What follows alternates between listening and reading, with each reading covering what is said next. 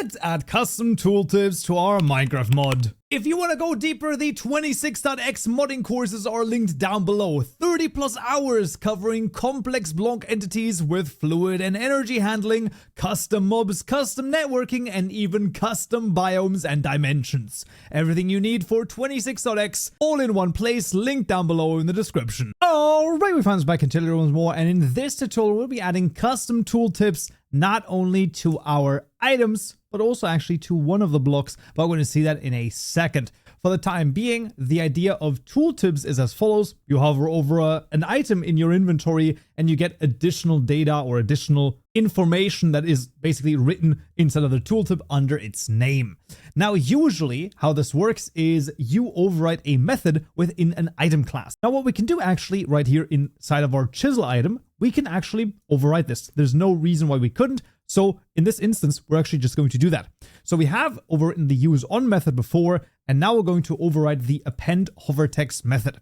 You see the strike through over here though, which basically means that the method itself is deprecated. It actually, when we hover over this, you can see overrides deprecated method in the item class. Now we can still use this. This should be okay.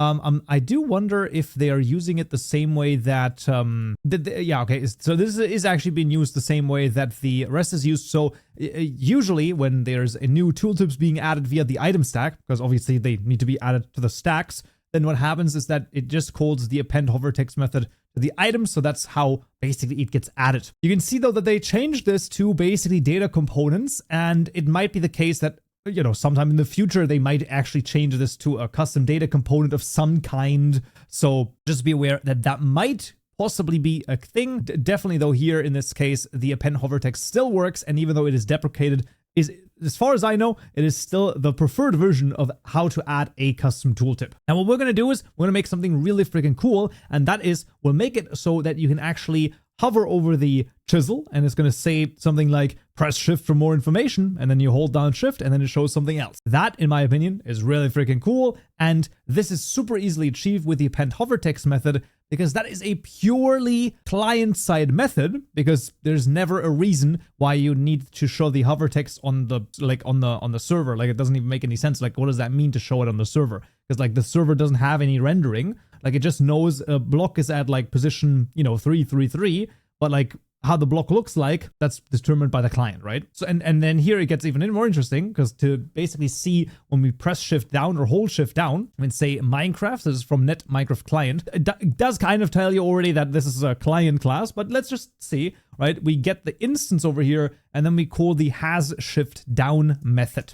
Now here it actually starts to, if you just think about it logically, you should think about this in a way where it's like, well, what does it mean to have the shift down? Well, it obviously means that you hold shift on your keyboard, right? Okay, for a client, this makes total sense.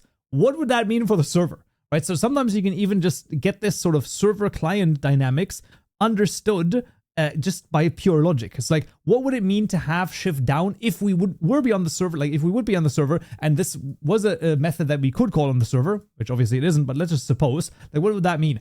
Every single player has to have shift down? That doesn't make any sense. It's like, and anything else doesn't make any sense, because the server doesn't know which client just pressed shift. So the whole point becomes moot. Obviously, this is pure client side. And to add this now, it's unbelievably simple. We simply want to call builder.accept right here. And then inside we will pass in a translatable component. So component.translatable. And then let's say here, for example, tooltip.tutorialmod.chisel.shift down, because this is the one that's going to be displayed when we have shift down. And then the other one, we're just going to copy this over right here. As per usual, of course, the code is available to you down below. And there we go. And this is then what's going to be displayed when we actually are not pressing shift. So this should say something like press shift for more information. So I'm going to say press. And then here we're going to use the section symbol, E. So section symbol, small e, shift. This is the normal word shift, right? And then we do the section symbol R.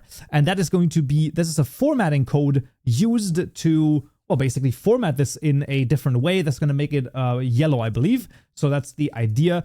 I will link down below also the different formatting codes. You might have seen this previously if you've ever worked with signs and you assigned like different colors of those. There's also rainbow and all sorts of other things in terms of formatting codes, but there we go.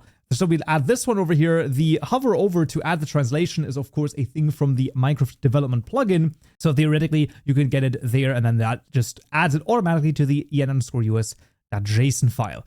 Shift down would then be basically something like chisels block into other blocks. I mean, that's an apt description for the chisel item, I would say. And then we can see that this is added right here, down here, boom. Maybe we want to remove the dot over there, but there we go, right? So that's the idea. So we have the shift, where we show basically, press shift for more information, and then this chisels blocks into other blocks. Very straightforward. However, we run into an issue if, let's say, for example, for the strawberry, we want to now add a hover text, right? We want to add a tooltip to it. How would we do that? Well, now it gets interesting because, obviously you don't want to make a new class every single time. Like, imagine you want to add this to all of your different items for just whatever reason, doesn't matter, but you want to do this for all items. Well, luckily, here's something that is deep within Java comes to our rescue, and that is the anonymous class. Now, if you don't know what an anonymous class is, that is another really good sign that maybe a little bit more Java knowledge should be, gotten. Just a recommendation over here, because I do talk about the anonymous classes in my tutorials as well, like in the Java tutorial series. And the idea is just that anonymous class is basically we're overriding the item class inline. So you can see I literally just added after the new item constructor here, the curly bracket. And now this is the inside of my new class that it basically extends the item class. And it is called anonymous because it doesn't have a name, right? We don't have this, like, we didn't call this the strawberry item or whatever, but inside of here, we can still override the append hover text method. And that's exactly what we're going to do. And we're going to literally just say then the builder.accept, and we're going to accept the component.translatable tooltip.tutorial mod. And let's do the strawberry. There we go. And then we can just hover over this again if you have the Minecraft development plugin, and then add it as a translation. Let's say this is delicious. I just have to write it correctly. Is this correct? Delicious. Sure. I think it is. Okay, there we go.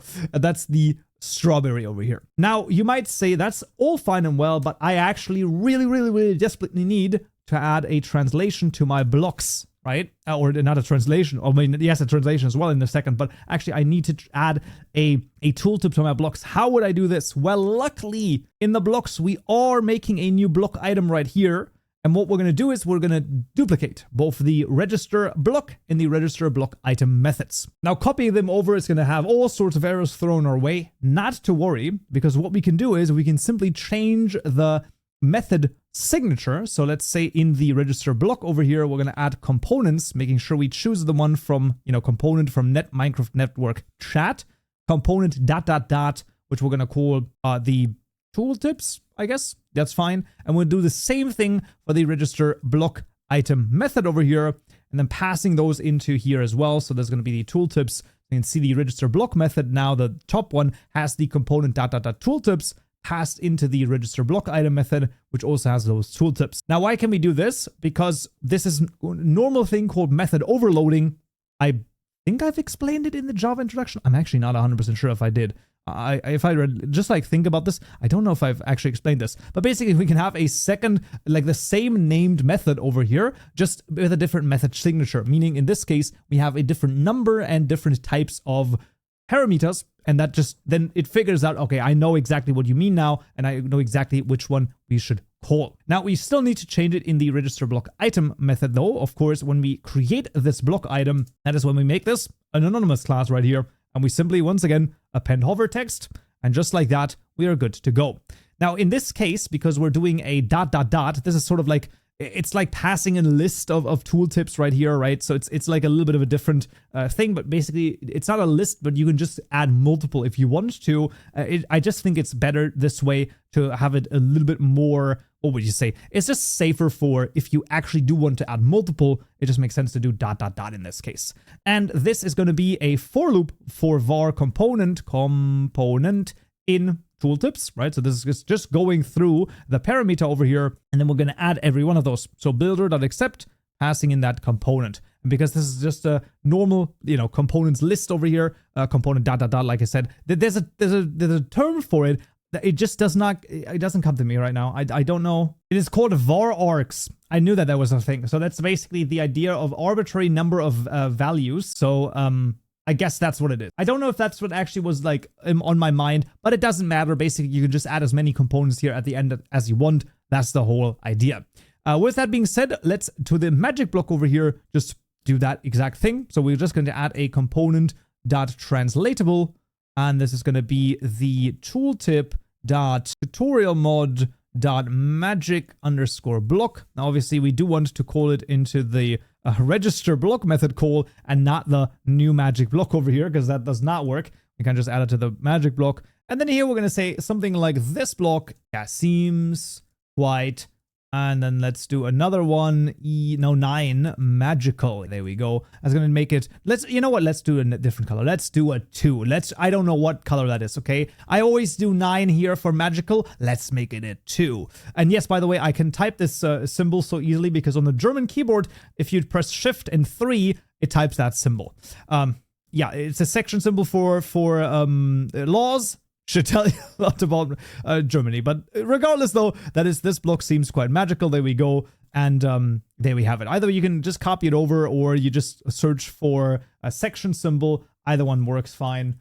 I think with section symbol, you should find it. It's like this double S sort of a thing. Yeah. There we have it, though. Those are all of the, custom tooltips added right here in this case. So everything that we've added over here, pretty freaking neat. You're going to really enjoy this one. But we don't need to run any data gen for it. It's just going to be added normally. So I would say let's jump into the game and see if it works. All right, Fonzo's back in Minecraft again. And let's take a look. Look at that. Press Shift for more information. If I hold down Shift, boom, chisels blocks into other blocks.